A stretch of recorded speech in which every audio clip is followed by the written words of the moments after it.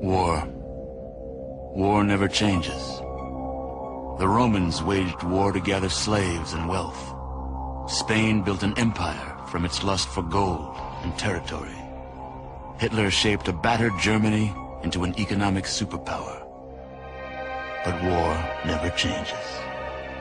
In the 21st century, war was still waged over the resources that could be acquired. Only this time, the spoils of war were also its weapons.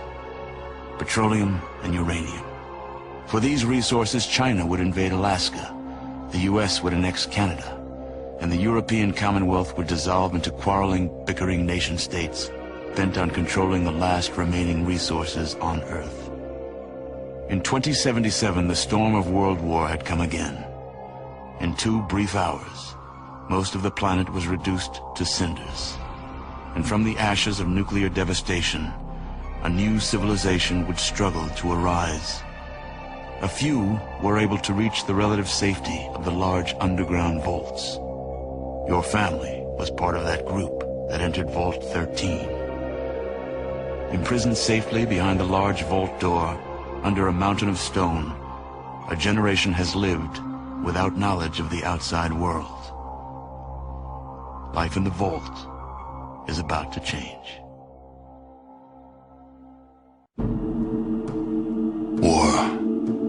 War never changes. The end of the world occurred pretty much as we had predicted. Too many humans, not enough space or resources to go around.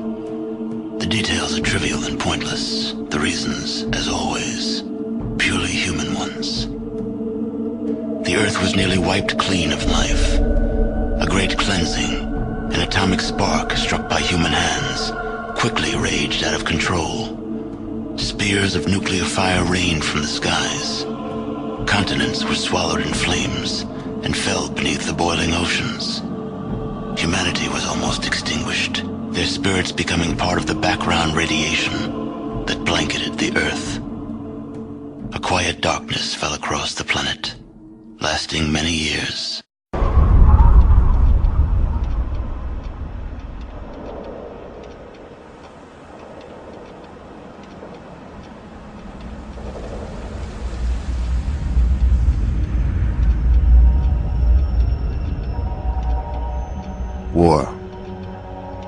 War never changes. Since the dawn of humankind, when our ancestors first discovered the killing power of rock and bone, blood has been spilled in the name of everything from God to justice to simple psychotic rage.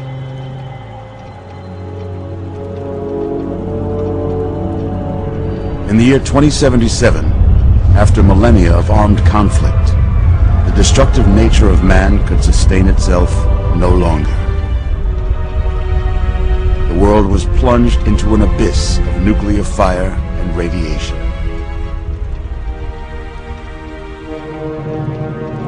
But it was not, as some had predicted, the end of the world. Instead, the apocalypse was simply the prologue to another bloody chapter of human history. For man had succeeded in destroying the world, but war never changes.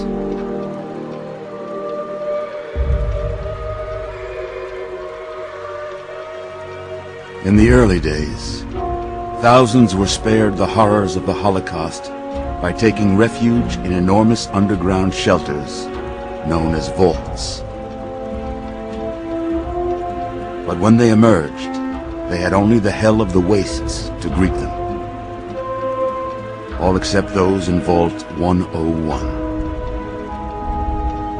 For on that fateful day, when fire rained from the sky, the giant steel door of Vault 101 slid closed and never reopened.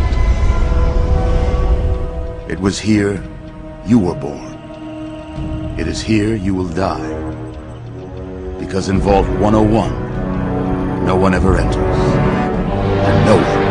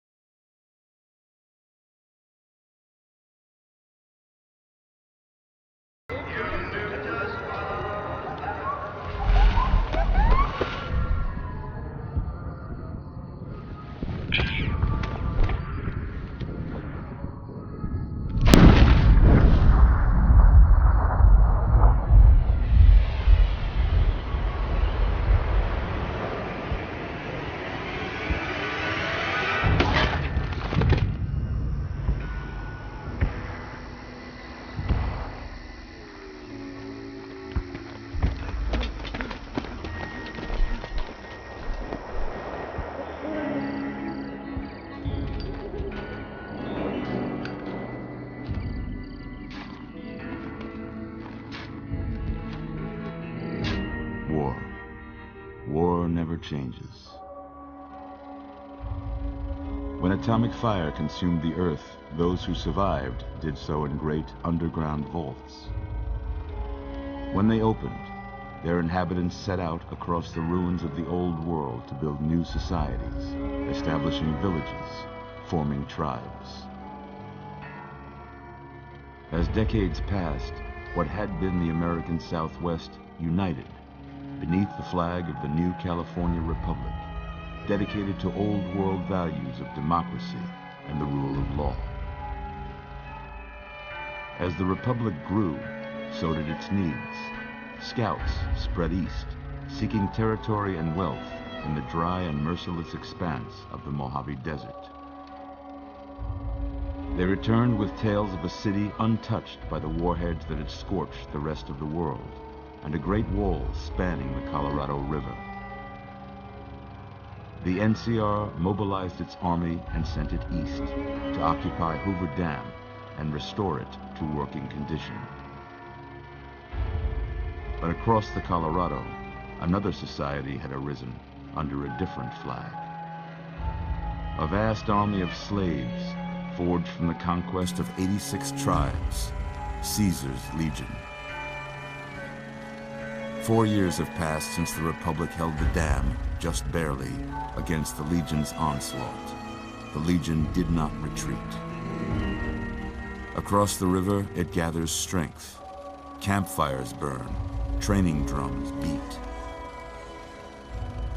Through it all, the New Vegas Strip has stayed open for business, under the control of its mysterious overseer, Mr. House, and his army of rehabilitated tribals and police robots.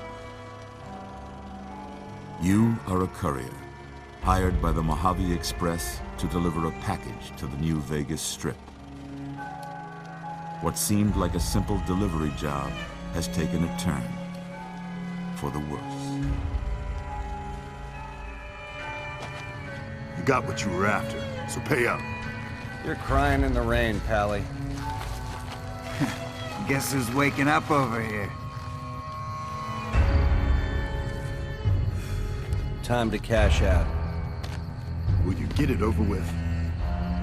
Maybe cons kill people without looking them in the face. But I ain't a fink. Dig? You've made your last delivery, kid. Sorry you got twisted up in this scene. From where you're kneeling must seem like an 18-carat run of bad luck. Truth is, the game was rigged from the start.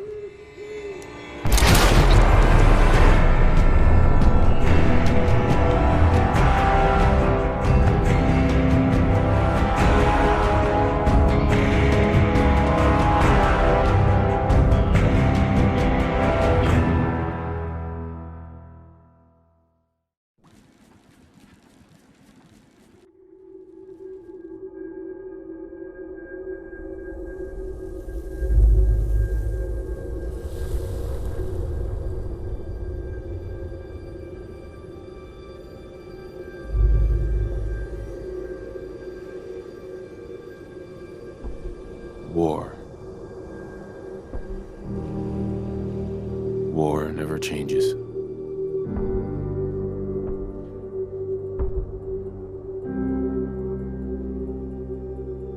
In the year 1945, my great-great-grandfather, serving in the army,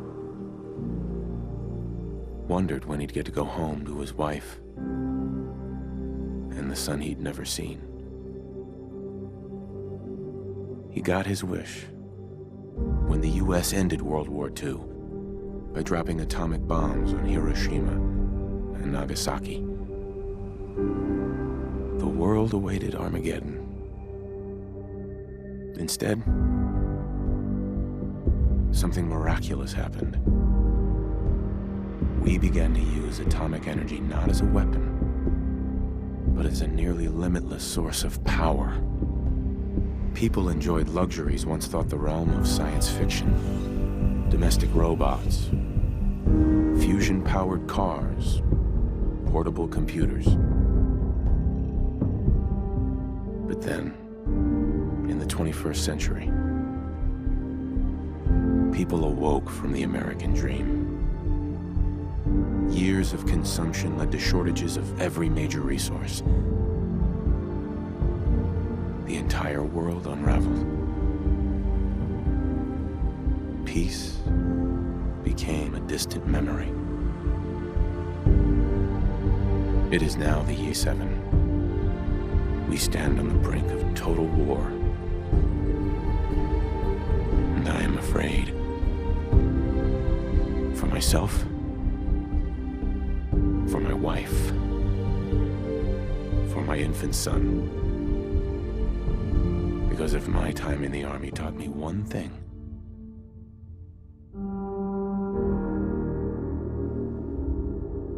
it's that war never changes.